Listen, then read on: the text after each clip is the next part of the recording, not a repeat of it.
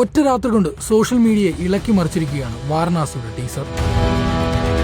ടീസറിലെ VFXും world ബിൽഡിങ്ങും Mahesh ബാബുവിന്റെ ലുക്കുമെല്ലാം പ്രേക്ഷകരെ അത്ഭുതപ്പെടുത്തിയിരിക്കുകയാണ്. എന്നാൽ അവയ്ക്കെല്ലാം അപ്പുറം ചില ബ്രില്യൻസുകൾ കൂടി രാജമൗലി ഈ ടീസറിൽ ഒളിപ്പിച്ചിട്ടുണ്ട്.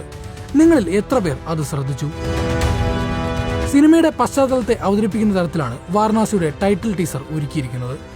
VFX കൊണ്ട് സമ്പന്നമായ ടീസറിന്റെ അവസാനം മഹേഷ് ബാബുവിന്റെ രുദ്ര എന്ന കഥാപാത്രത്തെ അവതരിപ്പിക്കുന്നുണ്ട്.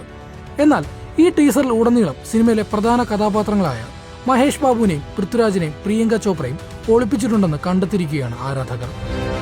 ടീസറിന്റെ 1-ാം മിനിറ്റിൽ ആഫ്രിക്കയിലെ ഷോട്ടിൽ ഒരാൾ ഒരു പാരച്യൂട്ടിൽ പറന്നിറങ്ങുന്നത് കാണാം.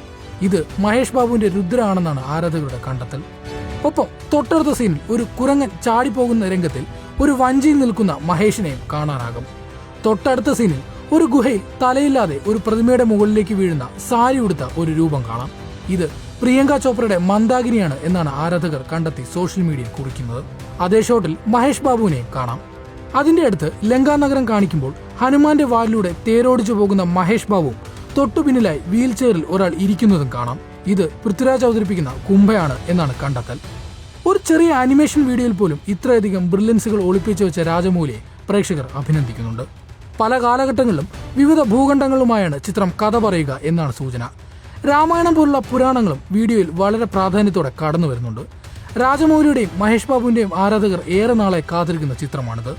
RRRന് ശേഷമുള്ള അടുത്ത രാജമൗലി ചിത്രമെന്ന നിലയിൽ ആഗോളതലത്തിൽ തന്നെ സിനിമ ശ്രദ്ധിക്കപ്പെടുമെന്നാണ് പ്രതീക്ഷ. മഹേഷ് ബാബുവും ഏറെ നാളെ ഈ ചിത്രത്തിന്റെ പണിപ്പുരയിലാണ്. സിനിമയ്ക്കായി നടത്തിയ ബോഡി ട്രാൻസ്ഫോർമേഷൻ ഏറെ ശ്രദ്ധ നേടിയിരുന്നു.